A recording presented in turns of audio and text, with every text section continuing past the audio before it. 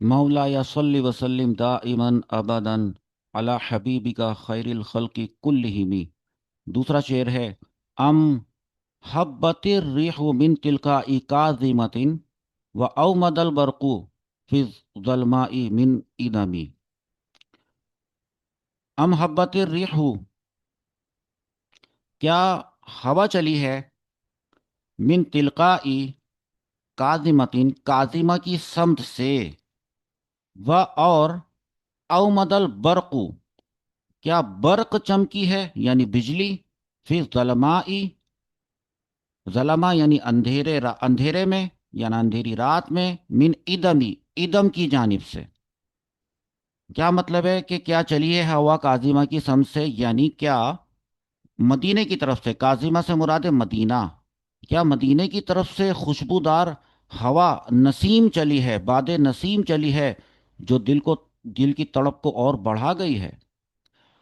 शायर अपने आप से मुखातब हैं। व अवमदा, और क्या चमकी है, अलबरकु, बिजली, फिज़लमाई, अंधेरी रात में, मिन इदमी, इदम मकाम से, यानी क्या चमकने वाली बिजली ने मदीने के करीब इदम का जो पहाड़ है वहां से झलक दिखाई है, जो दिल को महबूब सल्लल्लाहु अलैहि वसल्लम की याद दिला गई है। क्या बात है, फरमाते हैं, क्या बात है। अपने आप से पूछते हैं हजरत इमाम बुसीरी रहमतुल्लाह ताला अलैह, क्यों दिल की कैफियत यकायक बदल गई। क्या मदीना मुनव्वरा की तरफ से कोई खुशबूदार हवा चली है, या बिजली चमकी है इदम के पहाड़ों पर, जो दिल के जख्मों को ताज़ा कर गई है, और महबूब सल्लल्लाहु अलैहि वसल्लम की यादों को फिर जिंदा कर गई है। ये सिर्फ हवा या बिजली नहीं, फरमाते हैं, बल्कि याद मदीना का पैगाम है, जो आशिक के दिल में शौक व मोहब्बत की आग भड़का रहा है। ऐसा लगता है कि नसीम मदीना ने सलाम भेजा है और आशिक का दिल बेकरार हो गया है। अब यहां पर एक सीगा आया है, हब्बत। एक एक लफ्ज को समझ लें। हमजा, हम, ये जो अम आया है, ये इस्तिफामिया है। इसका मतलब है क्या। हब्बत का मतलब होता है चलना, हवा का चलना। रीह का मतलब है हवा, मिन का मतलब है से, तिलका, समत काजिमा, मदीने को।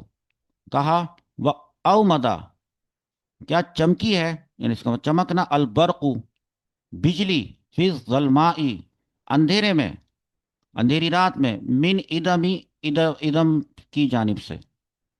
अब यहाँ पे एक सीगा है हब्बत और एक सीगा है अवमदा। इसकी सरफी तहकीक देखें।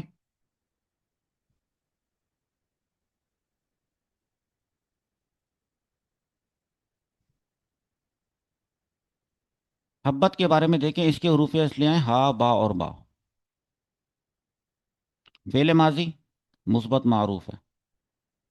सीगा वाहिद मोन्नस गायब है। हवा की बात चल रही थी ना, तो इसलिए सीगा वाहिद मोन्नस गायब है। सुलासी मुजर्रद है, सही नहीं है ना।